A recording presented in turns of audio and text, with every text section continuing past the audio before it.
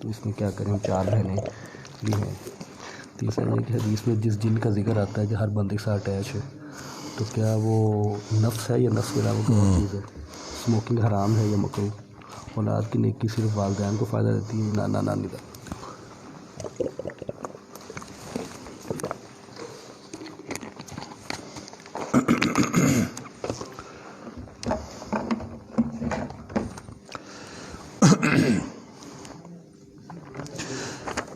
بسم اللہ الرحمن الرحیم۔ یہ پہلا سوال تو یہ ہے کہ قرآن مجید میں بار بار انبیاء کا ذکر کیوں آتا ہے؟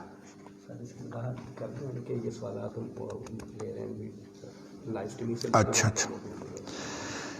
یہ مجھے ہمارے پروڈیوسر صاحب بتا رہے ہیں کہ یہ لائیو سٹریمنگ کے دوران جن لوگوں نے کمنٹس میں سوالات پوچھے ہیں یہ وہ سوالات ہیں، کیونکہ یہاں پہ جو ہمارے سامعین ہیں محترم حاضرین، ان کے تو تشریف لانے پر پابندی تھی حکومتی اقدامات کے تحت جو ہمارے اس وقت پوری دنیا میں آفت ہے، اللہ تعالیٰ ہم سب کو اس سے نجات دے۔ تو ایک احتیاطی تدبیر کے طور پر یہاں حاضرین کے لیے ہم نے اناؤنس کیا ہوا تھا کہ تشریف نہ لائیں۔ تو یہ وہ سوالات ہیں جو لائیو سٹریمنگ میں لوگوں نے بھیجے ہیں کمنٹس میں، تو ہمارے پروڈیوسر صاحب نے لکھ کے مجھے دیے۔ قرآن مجید میں بار بار انبیاء کا ذکر کیوں آتا ہے؟ دیکھیں، ظاہر سی بات ہے، انبیاء انسانوں کی ہدایت کے لیے آتے ہیں، اور انسانوں کی ہدایت اللہ تعالیٰ نے جب بھی کبھی ہدایت مقصود ہوتی ہے تو اللہ تعالیٰ اس میں کوئی نہ کوئی نبی بھیجتا ہے، مرسل بھیجتا ہے۔ تو نبیوں کا وہ کردار ہوتا ہے جو لوگوں کے لیے ہدایت کا سبب بنتا ہے۔ کتابیں بھی اللہ کی تعلیمات ہیں، اللہ کی نازل کردہ ہیں، رسول بھی اللہ کو بھیجے ہوئے ہیں، لیکن ایسا کبھی نہیں ہوا کہ کوئی کتاب نازل ہوئی ہو آسمان سے اور نبی اور رسول نہ آیا ہو۔ ایسے تو کئی رسول آئے، سینکڑوں نہیں بلکہ ہزاروں آئے جن کے ساتھ کتاب کوئی نازل نہیں ہوئی، لیکن ایسا کبھی نہیں ہوا کہ کتاب نازل ہوئی ہو اور نبی نہ آیا ہو۔ لہٰذا دراصل انبیاء ہوتے ہیں اللہ کے نمائندے زمین پر، جو ہدایت کے لیے اللہ کا پیغام لے کر، اس لیے ہم ان کو پیغامبر کہتے ہیں۔ تو آخری نبی اکرم صلی اللہ علیہ وسلم محمد کریم صلی اللہ علیہ وسلم ہیں، اور اب قیامت تک کے لیے نبوت اور رسالت نبی پاک صلی اللہ علیہ وسلم کی چلے گی، کوئی نبی ان کے بعد نہیں آنا کسی بھی طرح کا۔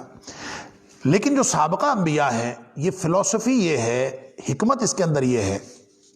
کہ دنیا میں جتنے بھی مصلح آتے ہیں جو اپنے آپ کو مصلح کہتے ہیں، اور ان کی نظریات کی بنیاد وحی الہی نہیں ہوتی، کوئی سوشل سائنٹسٹ ہو، کوئی نیچرل سائنٹسٹ ہو، کوئی کسی بھی طرح کا سائنسدان ہو یا فلسفی ہو، تو ان کی خصوصیت یہ ہے کہ جب بھی کوئی نیا فلسفی آتا ہے وہ پچھلے کی تردید کر کے نیا فلسفہ دیتا ہے،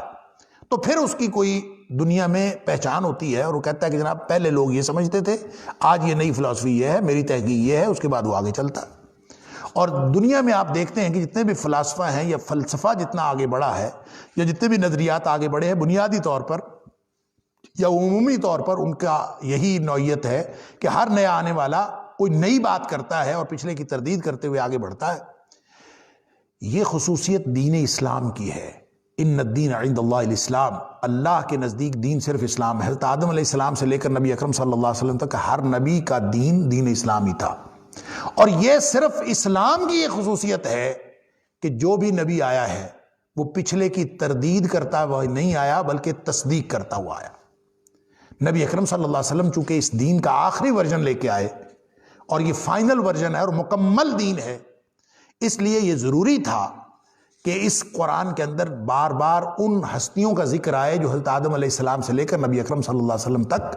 اسی پیغام کو اپنے اپنے وقت پر پہنچاتی رہی ہیں، اور نبی کریم صلی اللہ علیہ وسلم ان کی تصدیق کرتے ہیں، قرآن ان کی تصدیق کرتا ہے، اور ہمیں بھی حکم یہ دیا گیا ہے کہ آپ نے بھی ان کی تصدیق کرنی ہے، ان پر ایمان رکھنا ہے کہ سارے کے سارے اللہ کے نبی تھے۔ لہٰذا یہی تو اسلام کی خوبی ہے، یہی اسلام کا اعجاز ہے کہ یہ کسی نبی کی تردید نہیں کرتا۔ لا نفرق بین احد من رسلہ، ہم رسول ہونے کے اعتبار سے کسی کی تردید نہیں کرتے، ہر ایک کا پورا احترام ہے۔ لیکن تلک الرسل فضلنا بعضهم علی بعض، اللہ نے رسولوں میں سے بعض کو بعض پر فضیلت اور فوقیت دی ہے، اور جو حیثیت اللہ نے نبی اکرم صلی اللہ علیہ وسلم کو دی ہے وہ کسی اور کو نہیں دی۔ لہٰذا اس ساری حقیقت کو کبھی بھی ہمارے سامنے اس طرح سے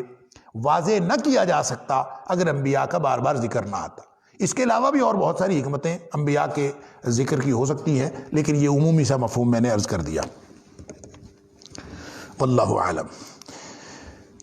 دوسرا سوال یہ ہے کہ میرے والد نے اپنا مکان میرے بڑے بھائی کے نام لگوا دیا تھا تاکہ وہ بینک سے قرض لے سکے، قرض تو نہ ملا لیکن بھائی اب مکان واپس ابو کے نام نہیں لگوا رہا، اس کیفیت میں ابو کو کیا کرنا چاہیے؟ دیکھیں، بات یہ ہے کہ جب آپ نے جائیداد منتقل کروا دی تو اس کی قانونی حیثیت کیا ہے، اور قانونی طور پر آپ اس کو واپس لے سکتے ہیں کہ نہیں، یہ تو کوئی قانون دان ہی بتائیں گے، اور جو پراپرٹیز کے ماہر ہیں وہی بتائیں گے کہ اب قانونی طور پر وہ اس کو کیا کر سکتے ہیں۔ لیکن شرعی طور پر بیٹے کا کوئی حق نہیں ہے۔ جب والد نے بیٹے کے نام لگوایا تھا تو اس وقت بھی غلط کیا تھا، والد کو اس طرح سے کسی ایک بیٹے کے نام لگوانا ہی نہیں چاہیے، اس لیے کہ نبی پاک صلی اللہ علیہ وآلہ وسلم نے عدل کا حکم دیا ہے، اولاد کے درمیان عدل کرنا ہے، اور عدل یہ ہے کہ بیٹا ہو چاہے بیٹی ہو، اور سارے بچوں کے درمیان آپ کوئی بھی تحفہ دینا چاہتے ہیں، گفٹ دینا چاہتے ہیں، کوئی چیز تقسیم کرنا چاہتے ہیں، کوئی حق دینا چاہتے ہیں تو سب کو برابر دینا پڑے گا۔ اور یہ جو ہم نے سمجھا ہوا ہے کہ بچے کے 2 حصے ہیں اور بچی کا 1 حصہ ہے، یہ وراثت میں ہے، ترکے میں جب آپ فوت ہو جائیں گے، زندگی میں یہ نہیں ہے۔ زندگی گزارتے ہوئے تو برابر کرنا ہے، بلکہ ایک حدیث میں آتا ہے کہ نبی کریم صلی اللہ علیہ وسلم نے فرمایا کہ اگر میں کسی کو فضیلت دیتا اولاد میں سے حق حقوق کے اعتبار سے تو میں نے فضیلت بیٹیوں کو دینی تھی، بیٹوں کو نہیں۔ تو نبی پاک صلی اللہ علیہ وسلم کی طرف سے فضیلت ہوتی، کوئی عطا کیے جانے یا کوئی چیز دیے جانے کے بارے میں فضیلت ہوتی تو بیٹیوں کو ہوتی، کسی کو بھی نہیں، سب برابر ہیں۔ اسی لیے نبی پاک صلی اللہ علیہ وسلم نے حضرت نعمان بن بشیر رضی اللہ تعالیٰ عنہ کی حدیث میں ہے کہ نبی پاک صلی اللہ علیہ وسلم فرمایا تھا کہ میں ظلم پر گواہ نہیں بنتا، کیونکہ انہوں نے اپنے ایک بچے کو کچھ دیا تھا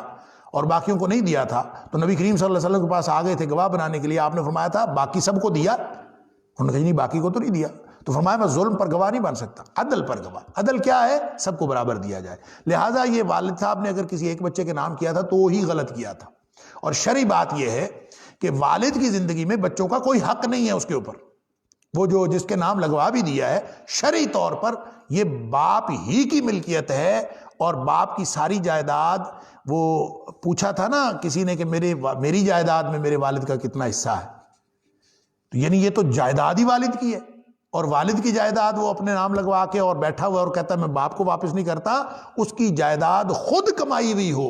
خود کما کے بنائی ہوئی جائیداد ہو، تو اس کے بارے میں بھی نبی پاک صلی اللہ علیہ وسلم کا وہ فرمان کہ انت و مالک لابیک، اس نے پوچھا تھا اللہ کے رسول صلی اللہ علیہ وسلم، میرے چھوٹے چھوٹے بچے ہیں، میری اپنی کمائی ہے، میرا باپ میری کمائی میں حصہ مانگتا ہے،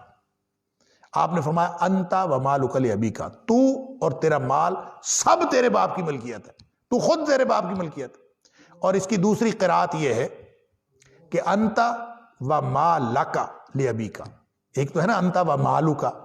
تو اور تیرا مال، دوسری قرات یہ ہے انت و مالک لابیک، تو اور تیرا جو کچھ بھی ہے سب تیرے باپ کا ہے، تیری ملکیت میں مال ہی نہیں اور جو کچھ بھی ہے سب تیرے باپ کا ہے۔ لہذا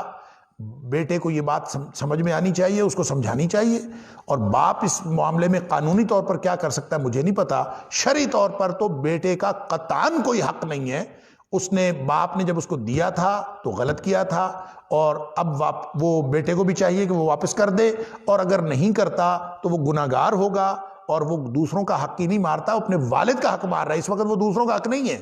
یہ آپ نے تو اس میں لکھا ہے کہ اس کے بہن بھائی بھی ہیں، اور اس کے آپ کے ذہن میں تو یہ ہوگا کہ باقی بھائیوں کا اور بہنوں کا حق وہ مار رہا ہے، ایسا نہیں ہے۔ اصل میں تو اس وقت وہ اس کا مالک اس کا باپ ہے، اس کے والدین مالک ہے، کوئی دوسرا مالک نہیں ہے، اور وہ دوسروں کے حصے میں تو آئے گا ہی اس وقت جب والد صاحب فوت ہوں گے۔ والد صاحب کی زندگی میں کسی اور کا نہیں ہے، اور ساری چیز بلکہ خود اولاد ساری باپ کی ملکیت ہوتی ہے۔ تو اب ان کو کیا کرنا چاہیے؟ شرعی طور پر تو بیٹے کو سمجھانا چاہیے، اور سمجھا کے کسی یعنی ثالث کو مقرر کر کے کسی ایسے شخص کو جس کا اثر اس بیٹے کے اوپر ہو، اس کو شامل کر کے اس کو اس بات پر آمادہ کرنا چاہیے، اور اس کو آخرت سے ڈرانا چاہیے کہ ایک ذرہ بھر بھی کوئی چیز، اگر ایک بالشت زمین بھی کسی کی کوئی شخص اس دنیا میں ہتھیا لے گا ناجائز طریقے سے، تو اللہ کے رسول صلی اللہ علیہ وسلم نے فرمایا کہ قیامت والے دن اللہ تعالیٰ 7 زمینوں کا طوق اس کے گلے میں ڈالے گا، اللہ تعالیٰ معاف فرمائے۔ تو ان کو ڈرانا چاہیے آخرت سے، اور ان کو واپس دینے پر آمادہ کرنا چاہیے۔ قانونی طور پر کیا ہو سکتا ہے، یہ کسی قانون دان سے مشورہ کر لینا چاہیے، ہو سکتا ہے قانونی طور پر ان کے پاس کوئی ایسا اختیار ہو کہ وہ اس کو واپس لے سکے۔ تیسرا سوال یہ ہے کہ حدیث میں جس جن کا ذکر ہے کہ وہ ہر شخص کے ساتھ ہوتا ہے، وہ نفس ہے یا کوئی اور چیز؟ دیکھیں، جن کا ذکر نہیں ہے حدیث میں، شیطان کا ذکر، کہ شیطان، ہر شخص کے ساتھ ایک شیطان پیدا ہوتا ہے، اور وہ نفس نہیں ہے، نفس تو انسان کے اندر ہے، شیطان تو باہر ہوتا ہے اور اس کے ساتھ رہتا ہے۔ نبی پاک صلی اللہ علیہ وسلم نے فرمایا ہر شخص کے ساتھ ایک شیطان پیدا ہوتا ہے اور وہ اس کو برائی پر آمادہ کرنے کی کوشش کرتا رہتا ہے اور ہمیشہ اس کے ساتھ رہتا ہے۔ تو ایک شخص پوچھتا ہے اللہ کے رسول صلی اللہ علیہ وسلم آپ کے ساتھ بھی پیدا ہوا ہے؟ تو نبی کریم صلی اللہ علیہ وسلم نے فرمایا ہاں میرے ساتھ بھی ایک شیطان پیدا ہوا ہے، لیکن میں نے اس کو مسلمان کر لیا۔ تو اس کا مطلب یہ ہوا کہ اگر انسان کی اپنی قوت ایمانی اس قدر مضبوط ہو کہ وہ اس کے داؤ پیچ میں نہ آئے، تو اللہ تعالیٰ اس قوت کی برکت سے، اس ایمان کی برکت سے اس شیطان کے اوپر انسان کو غلبہ عطا کر دیتا۔ اور نبی کریم صلی اللہ علیہ وآلہ وسلم نے تو اس کے اوپر، آپ کو تو اللہ تعالیٰ نے جو کچھ عطا کیا تھا وہ تو کسی امتی کے پاس ہو ہی نہیں سکتا، کوئی سوچا ہی نہیں جا سکتا، لیکن نبی کریم صلی اللہ علیہ وسلم نے جو طریقہ بتایا ہے اس میں لگتا یوں ہے کہ یہ شیطان جو ہے بے بس ہو جاتا ہے نبی کریم صلی اللہ علیہ وسلم کی تعلیمات پر عمل کرنے سے۔ یعنی یہ نفس تو نہیں ہے، پہلا تو آپ کا جواب یہ ہے کہ یہ وہ نفس نہیں ہے، یہ الگ شیطان ہے، بلکہ یوں کہہ لیجئے کہ جو میں نے عرض کیا کہ ایک داخلی دشمن ہے، ایک خارجی دشمن ہے۔ تو داخلی دشمن نفس ہے، یہ صرف خواہشات کے ذریعے سے اظہار کرتا ہے اپنا، اور جو خارجی دشمن ہے ابلیس اور اس کے لشکر، اس میں سے ایک وہ ہے جو ساتھ پیدا ہوتا ہے، وہ اس کے لشکروں میں سے ہے۔ اس کے بارے میں حدیث میں آتا ہے کہ آپ اگر نبی کریم صلی اللہ علیہ وسلم کی تعلیمات پر عمل کریں، دعائیں وغیرہ پڑھیں، صبح و شام کے اذکار کریں، موقع بموقع جو دعائیں ہیں وہ پڑھتے رہیں، جو مسنون دعائیں نبی پاک صلی اللہ علیہ وسلم نے سکھائی ہیں، تو وہ شیطان جو آپ کے ساتھ ہوتا ہے وہ بے بس ہو جاتا ہے۔ یہ حدیث میں آتا ہے، مثال کے طور پر نبی کریم صلی اللہ علیہ وسلم نے فرمایا کہ جب کوئی شخص گھر سے نکلتے وقت گھر سے نکلنے کی دعا پڑھ لیتا ہے، بسم اللہ توکلت علی اللہ ولا حول ولا قوت الا باللہ، باہر نکلا تو باہر ایک شیطان کھڑا ہوتا ہے جو انتظار کر رہا ہے کہ یہ آئے گا تو میں اس کو تنگ کروں گا اور اس کی خرابی کا کوئی بندوبست کروں گا۔ اب اس نے نکلتے وقت دعا پڑھ لی، جب دعا پڑھ کے یہ نکلا ہے تو اس کے ساتھ اس کا شیطان بھی نکلا ہے۔ تو نبی کریم صلی اللہ علیہ وسلم نے فرمایا اس کے ساتھ کا شیطان اس باہر کھڑے ہوئے شیطان کو کہتا ہے کہ تو اب اس کا کچھ نہیں بگاڑ سکتا، اس لیے کہ اس نے دعا پڑھ لی ہے اور اس نے مجھے بھی بے بس کر دیا ہے، میری طاقت بھی ظاہر کر دی ہے، تو میں اس کا کچھ نہیں بگاڑ سکتا، تو کیسے بگاڑ سکتا ہے؟ تو اس کا مطلب یہ ہوا کہ نبی کریم صلی اللہ علیہ وسلم، اسی طرح اور بھی متعدد حدیث میں اس طرح کا ذکر آتا ہے کہ اگر آپ نبی کریم صلی اللہ علیہ وسلم کی بتائی ہوئی دعاؤں کو اپنا لیں اور اپنی طہارت پاکیزگی کا خیال رکھیں اور ہر طرح کی گندگی غلاظت سے بچتے رہیں، تو اس طہارت اور پاکیزگی میں باوضو رہنے میں اور مختلف دعاؤں کا اہتمام کرنے میں اور صبح و شام کے اذکار کا اہتمام کرنے میں اس شیطان کی جس طرح کی بھی اس کی کارستانی ہے اس سے بچا جا سکتا ہے۔ بات تو وہی ہے جو نفس کی گفتگو میں زیر بحث آئی درس کے دوران، تو جو امور اور جو چیزیں نفس کے شر سے بچاتی ہیں وہی چیزیں باہر کے شیطان کے شر سے بھی بچاتی ہیں، اور اللہ تعالی ہمیں اپنی رحمت کی لپیٹ میں لے لے تو ہی انسان بچتا ہے، اور اس کا طریقہ وہی ہے کہ انسان نبی اکرم صلی اللہ علیہ وسلم کی بتائی ہوئی تعلیمات کے مطابق زندگی گزارنے کی کوشش کرے، گناہوں سے بچنے کی کوشش کرتا رہے، نیکیاں حاصل کرنے کی کوشش کرتا رہے، یہی تقوی کی زندگی ہے۔ اسی سے شیاطین کی جو طاقت ہے وہ ختم ہوتی ہے، وہ چاہے اندر کا شیطان ہو چاہے باہر کا۔ سوال ہے کہ جی سموکنگ حرام ہے یا مکروہ؟ دیکھیں بات یہ ہے کہ سموکنگ میں، بلکہ ان دونوں باتوں میں دو باتیں ہیں۔ ایک تو بات ہے سموکنگ کیا ہے، دوسری بات یہ ہے کہ شرعی طور پر حرام اور مکروہ کیا ہوتا ہے۔ جہاں تک سموکنگ کی بات ہے، اس میں صرف عام سگریٹ ہو جس میں ہم تمباکو نوشی کہتے ہیں تو یہ اور طرح کی سموکنگ ہے، اور بعض سموکنگ میں ہی ایسی چیزیں ہیں جو بہت زیادہ نشاور ہیں، اور جو نشاور چیز ہے وہ حرام ہے، قرآن نے کہہ دیا، نبی کریم صلی اللہ علیہ وسلم نے فرما دیا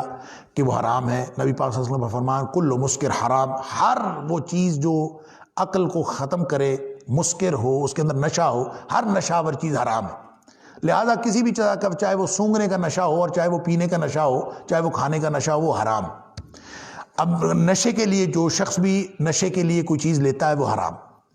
لیکن جو عام سموکنگ ہے جس کو یہ تمباکو نوشی کہتے ہیں، اس میں کہتے ہیں کہ وہ یعنی نشہ بھی کوئی نہیں ہوتا اور پھر یہ حرام ہے کہ مکروہ ہے کیا ہے، اس سے یہ سوال جنم لیتا ہے کہ یہ حرام ہے کہ نہیں۔ تو بہت سارے لوگ جو سگریٹ نوشی کرتے ہیں وہ کہتے ہیں چونکہ اس سے نشہ نہیں ہوتا لہذا یہ حرام نہیں ہے، اور ظاہر ہے کہ اس سموکنگ کے لیے، تمباکو نوشی کے لیے، اس کے لیے تو کوئی نبی کریم صلی اللہ علیہ وسلم کا ایسا فرمان نہیں ہے کہ تمباکو نوشی حرام ہے، ہم اس کہہ دیں کہ حرام ہے۔ لیکن یہ دو چیزوں میں سے کوئی ایک تو ہوگی، یا حلال ہے یا حرام ہے، کیونکہ نبی کریم صلی اللہ علیہ وسلم نے فرمایا ان الحلال بین و ان الحرام بین۔ اچھا، یہاں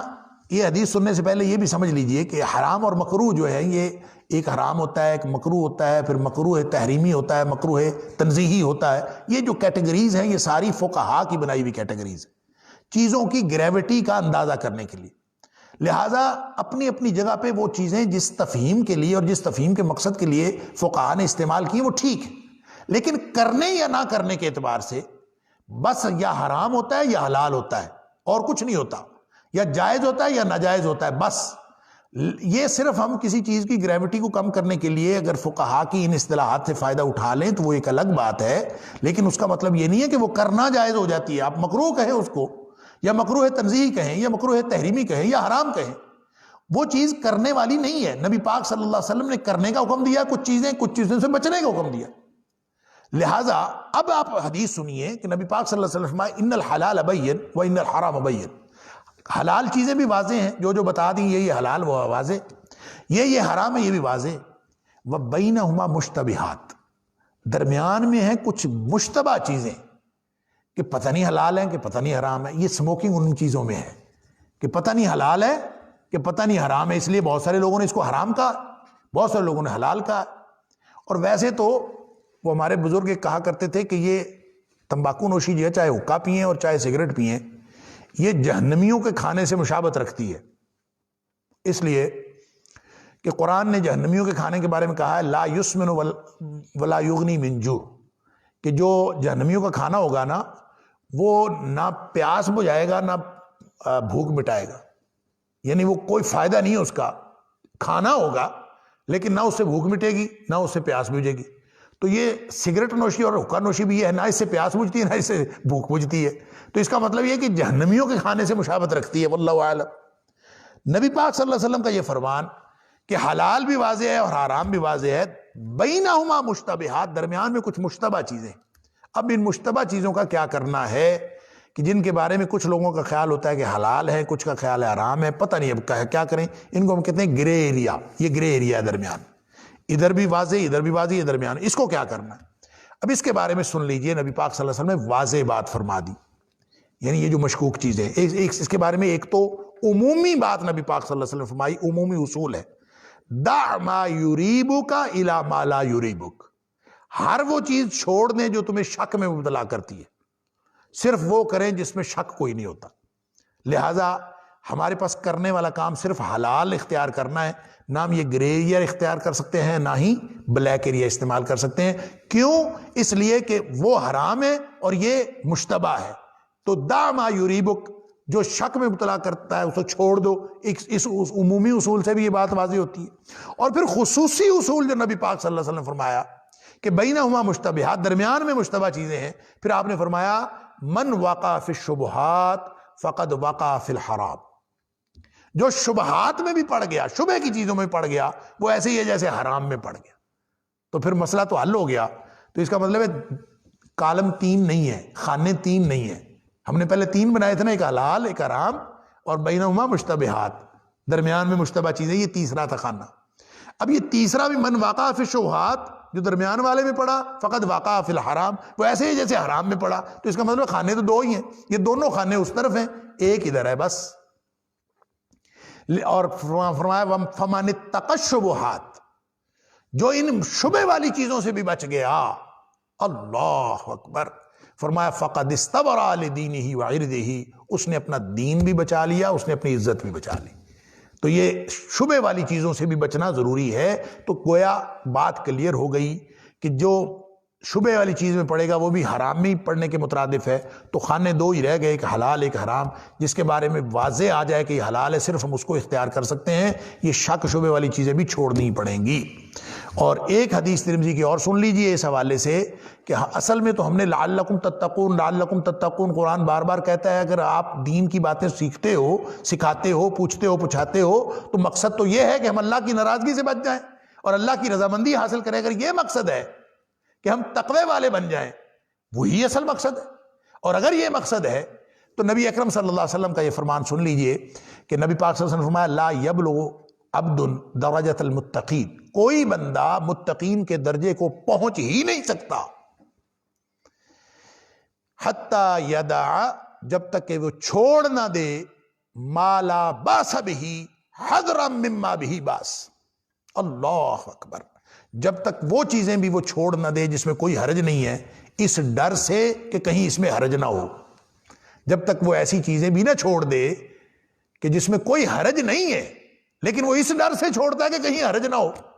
تو فرمایا اس وقت تک وہ متقین کے درجے کو نہیں پہنچ سکتا جب تک یہ رویہ نہ اپنائے۔ لہٰذا یہ خواہ مخواہ ان چیزوں کے بارے میں جو مشتبہ چیزیں ہیں ان میں پڑھنا یہ تقوی کے منافی ہے، اور یہ ویسے بھی حرام میں پڑ جانے کے قریب تر ہے اور انسان کو حرام میں لے جانے کے مترادف ہے۔ اس لیے اگر کوئی ایسی چیز ہو جس کے بارے میں واضح حرام کا حکم نہ بھی ہو تو اس سے بچنا چاہیے۔ اور یہ جو سگریٹ نوشی ہے خاص طور پہ، یہ ایک اور اعتبار سے بھی حرام قرار پاتی ہے کہ نبی پاک صلی اللہ علیہ وسلم نے اور قرآن نے فضول خرچی کی دو قسمیں بتائی ہیں، ایک ہوتی ہے اسراف اور ایک ہوتا ہے تبذیر۔ جو اسراف ہے وہ جائز کاموں میں زائد ضرورت خرچ کرنے کو جو فضول خرچی کہتے ہیں نا، وہ اسراف ہوتی ہے۔ جائز کام ہے، آپ اس میں زیادہ آپ 500 کا کھانا بھی کھا سکتے ہیں، آپ 2000 کا کھانا کھاتے ہیں، آپ 100 روپے کی کوئی چیز کھا سکتے ہیں، آپ 2000 کی کھا لیتے ہیں۔ تو یہ جو آپ ایکسٹرا خرچ کرتے ہیں یہ اسراف ہے۔ اسی طرح لوگ جو ہیں وہ کھانا تھوڑا ہوتا ہے اور ڈال لیتے ہیں اور وہ ضائع کرتے ہیں، اور یہ بھی اسراف ہے۔ ایک ہوتی ہے یہ بھی گناہ ہے، اسراف بھی گناہ ہے۔ ایک ہوتی ہے تبذیر۔ تبذیر کہتے ہیں ناجائز کاموں پر خرچ کرنے کو، کہ جو جس جگہ پہ خرچ کیا جا رہا ہے وہ ہے ہی ناجائز، تو جس جگہ پہ جو خرچ کیا جا سکتا ہی نہیں تو اس پہ آپ جب خرچ کریں گے تو وہ 1 روپیہ بھی خرچ کریں گے بلکہ 1 دھیلا بھی خرچ کریں گے تو وہ تبذیر ہوگی، ناجائز کاموں پہ خرچ ہوگا۔ تو اگر آپ سگریٹ نوشی پہ خرچ کر رہے ہیں تو یہ کوئی حلال کام تھوڑی ہے کہ جس کے اوپر آپ کسی جائز کام پہ تھوڑی خرچ کر رہے ہیں۔ آپ کس کام پہ خرچ کر رہے ہیں؟ آپ تبذیر کر رہے ہیں۔ جب تبذیر کر رہے ہیں تو اس کے بارے میں قرآن نے سورہ بنی اسرائیل میں حکم یہ لگایا ہے کہ ان المبذرین کانوا اخوان الشیاطین، جو تبذیر کرنے والے ہیں، ناجائز کاموں پہ خرچ کرنے والے، وہ شیطانوں کے بھائی ہیں۔ تو شیطانوں کا بھائی ہونا اگر حلال ہے تو کرتے رہیں بھائی، تو اگر یہ حرام ہے تو پھر رک جائیں۔ یہ مجھے تو اتنا ہی پتہ تھا، اللہ تعالیٰ ہم سب کو درست علم اور صحیح طرز عمل عطا فرمائے اور صحیح عمل کی توفیق بھی عطا فرمائے۔ واللہ اعلم بالصواب۔ اور ایک آخری سوال ہے کہ اولاد کی نیکی صرف والدین کو ہی فائدہ دیتی ہے یا نانا نانی دادا دادی کو بھی؟ سبحان اللہ، بڑا اچھا سوال ہے۔ دیکھیں جو ذکر ہے وہ تو ابوا کا ہے، والدین کا ہے، لیکن جو اصول ہے نا وہ صرف والدین کا نہیں ہے، کیونکہ جب جہاں بھی کوئی بات ہوئی ہے اس کے بعد والے رشتہ دار، پھر اس کے بعد والے رشتہ دار، پھر اس کے بعد والے رشتہ دار۔ مثلا آپ اس حدیث کو بھی لے لیجئے کہ من احق بحسن صحابتی، میرے سب سے زیادہ حسن سلوک کا حقدار کون ہے؟ تو نبی پاک صلی اللہ علیہ وسلم فرمایا امک، تیری ماں ہے۔ 3 دفعہ آپ نے یہی فرمایا، چوتھی دفعہ فرمایا ثم ابوک، پھر تیرا باپ ہے۔